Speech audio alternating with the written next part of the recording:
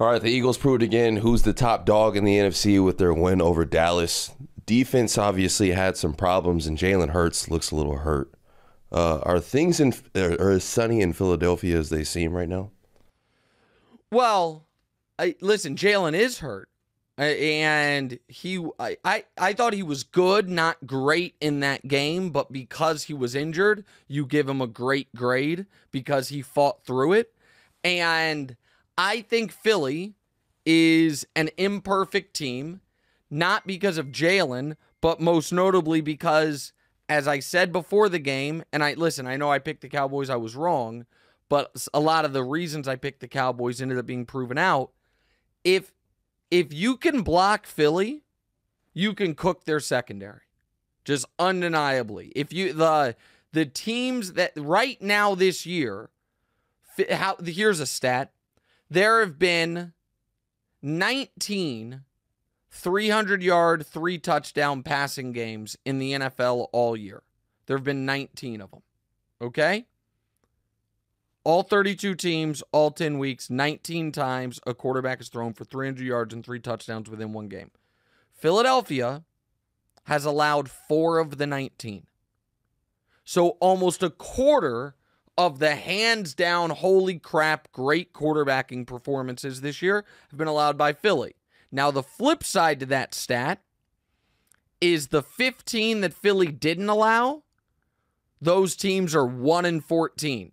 The team that allowed 300 yards and 3 touchdowns passing 15 times, Philly's not involved. Those teams have 1 win and 14 losses. Philly has allowed 4. They're 4-0.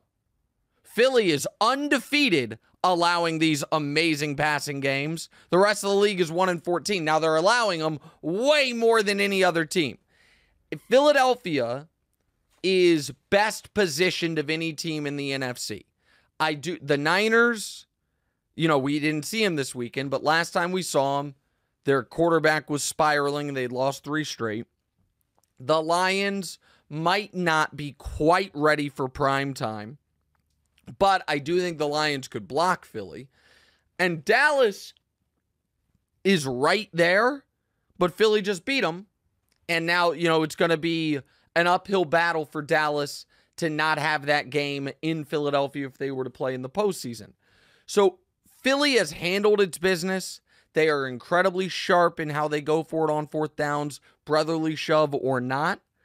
But they have, to me, a glaring weakness that if they were to get back to the Super Bowl, I think most notably Kansas City and Cincinnati could absolutely take advantage of, and maybe Baltimore. So Philadelphia, I don't know how they're going to shore up that secondary. They traded for Byard. Slay and Bradbury haven't been good this year. Isn't that perfect though? Like with the Chiefs and the Eagles, as far as the secondary lagging and the Chiefs not having great receivers? Wouldn't that be like the... Yes. Yeah, but the Chiefs played them in the Super Bowl last year with this same receivers, and they scored 38 points. That's the thing. The idea. Now again, maybe I'm wrong. Maybe I am greatly undervaluing the contributions of Juju Smith-Schuster, but it is literally the same receiving core, except Juju's gone and Rashee Rice is in, and I think Rashee Rice is already tracking towards being better. But I don't want to talk about the Chiefs angle of it. I want to listen. The Eagles are 8-1 through 9 games. They've had no Super Bowl hangover. They are another team that is not blowing teams out. What they are doing is handling their business. They blew out Miami, kind of. They beat Miami by 14. That was the great drive at the end of the game that sapped the clock. They're not blowing teams out, but they're winning. Say it again. Oh, and they blew out the Bucs early in the year. 14. Yeah, no, that's right. But a lot of these, if you can't block them, you're drawing dead against them. If you can block them, they're going to get in a shootout. Now, where I also give Philly credit is Jalen Hurts has proven capable of winning these shootouts, and A.J. Brown has been exceptional. So, listen, Philly is right now a very legitimate NFC favorite and a deserved NFC favorite. I know I picked the Cowboys, but Philly right now has earned it. What are you looking? I mean, the NFC just sucks. Like, I mean, it sucks. Well, I don't know. The top of the NFC. I mean, people like the Niners. Niners. People like the Lions. I mean, of course.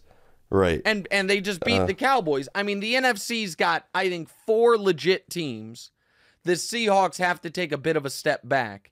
And then there's a bunch of nothing. Like the Seahawks getting rolled the way they got rolled. They've got to take a step back, at least for the time being. All right, let's go to Monday Night Football. Wait, do you want to talk? You've apparently been picking a fight with this guy. No, Always Sunny? There's Always Sunny. He just said the never a doubt thing. I don't really care. I don't know. I didn't watch the show. I know he's not Danny DeVito and he's not the guy from Horrible Bosses. So I'm not really that familiar with him. I know he was on It's Always Sunny. People get mad at me when I say that that when people tweet never a doubt, they're stealing it from me, that they're like, oh, Nick, you're not the first person to say it.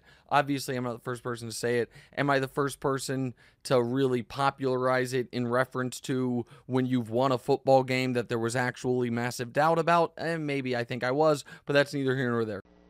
Hey, thanks for watching. Hit the subscribe button to get more from the show, and make sure to click the bell to get notified every time new content drops. Check out full episodes of What's Right wherever you get your podcasts, or just click the link in the description below.